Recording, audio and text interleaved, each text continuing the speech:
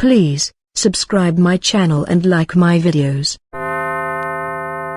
Hello दोस्तों, आज की कहानी मुझे अंकित जी ने उत्तराखंड के हरिद्वार ज़िले से भेजी है। अब मैं ये घटना उन्हीं के पॉइंट ऑफ व्यू से बताऊंगा।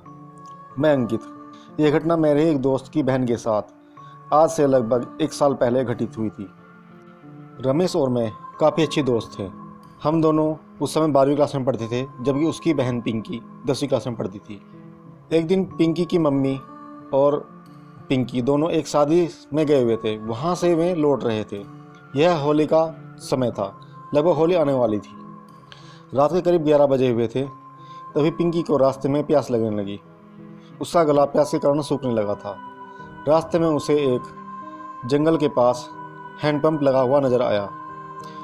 उसने उस ऑटो वालों को रुकवा कर पानी पीने के लिए उस हैंडपंप के पास गई और वहाँ से पानी निकालकर पानी पीने लगी।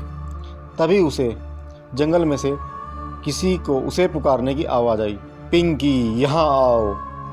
वो आवाज़ किसी औरत की थी। वो जंगल के अंदर जाने लगी। जंगल में करीब 100 मीटर जाने पर उसे एक कुआं दिखाई दिया। उस कुएं में से किसी ने उसे फिर से आवाज़ लगाई, पिंकी यहाँ आओ। जैसे ही पिंकी उस कुएं में झांकी, एक तेज हवा उसके चेहरे से टकराई और वो एक चीख के साथ वहीं बेहोश हो गई। उसकी चीख सुनकर उसकी मम्मी और वो ऑटो वाला वहां आया। उसे बेहोश देखकर उसकी मम्मी घबरा गई। उन दोनों ने उसे उठाया और ऑटो में बैठाकर घर ले गए। घर पहुंचकर उसकी मम्मी ने रमेश से कहा कि डॉक्टर को बुलाए। डॉक्टर साहब वहां आए। डॉक्टर ने उसे इंजेक्शन लगाया और कुछ दवाइयाँ भी दी, पर उसे फिर भी कोई आराम ना हुआ। रात के करीब 2 बजे हुए थे तो ही पिंकी उठी और जोर जोर से चीखने लगी। उसे अपने सर में तेज दर्द का अनुभव हो रहा था। फिर वो तेजी से हंसने लगी।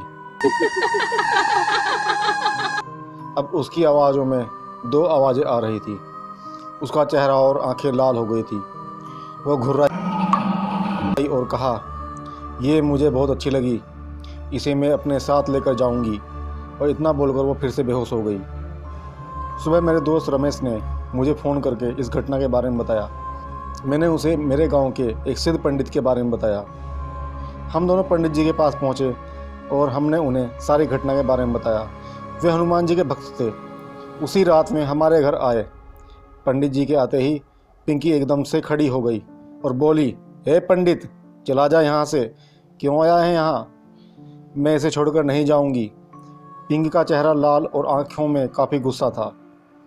हम दोनों ने उसे पकड़कर नीचे बैठाने की कोशिश की, पर उसके अंदर पता नहीं इतनी ताकत कहाँ से आ गई थी। उसने हम दोनों को एक साथ उठाकर करीब 5 मीटर की दूरी पर फेंक दिया और ज़ोर ज़ोर से हंसने लगी।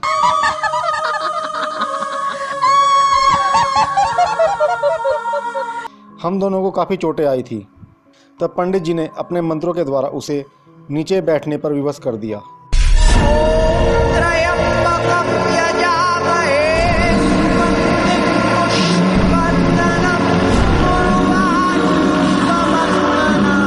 पंडित जी ने अपनी पोटली में से भभूत निकाली और उसके माथे पर लगाई। वो दर्द के कारण चिल्लाने लगी, छोड़ दे मुझे, छोड़ दे मुझे। तब पंडित जी ने उससे पूछा कि कौन हो तुम और इस लड़की को क्यों पकड़ा है। तब उसने अपना नाम विमला बताया और कहा कि मैं इस लड़की की 9th क्लास की क्लास टीचर हूँ। जैसे ही हमने ये बात सुनी तो हमारे पैरों के नीचे से ज़मीन निकल गई। तब हमने कहा, अरे विमला मैडम तो 1 साल पहले अचानक कहीं गायब हो गई थी। सुनने में आया था कि वो अपने ससुराल वालों को छोड़कर किसी के साथ भाग गई है। तब विमला मैडम की आत्मा ने हमें बताया कि उसके ससुराल वाले झूठ बोल रहे हैं। उन्होंने मुझे जिंदा उस कुएं में फेंक दिया था। जब पिंकी उस हैंडपंप पर पानी पीने आई थी तो उसकी सैंड खुशबू से मोहित होकर मैंने उसे पकड़ा था। अब मैं इसे नहीं छोड़ूंगी। तब पंडित जी ने उसे काफ़ी समझाया तो वो उसे इस शर्त पर छोड़ने को तैयार हुई कि उसका कंकाल अभी भी उस कुएं में है। उसे निकलवा कर उसका अंतिम संस्कार करवा दो और उसके ससुराल वालों को उनकी की सजा मिले। जब पुलिस कुएं में छानबीन करने आई तो उसका कंकाल वहीं कुएं में मिला। पोस्टमार्टम और DNA रिपोर्ट से यह साबित हो गया कि वो लाश विमला की ही थी। उसके बाद ससुराल वालों को पुलिस ने पकड़ लिया और कंकाल का भी अंतिम संस्कार करवा दिया, जिसके बाद विमला की आत्मा को शांति मिल गई और पिंकी बिल्कुल ठीक हो गई।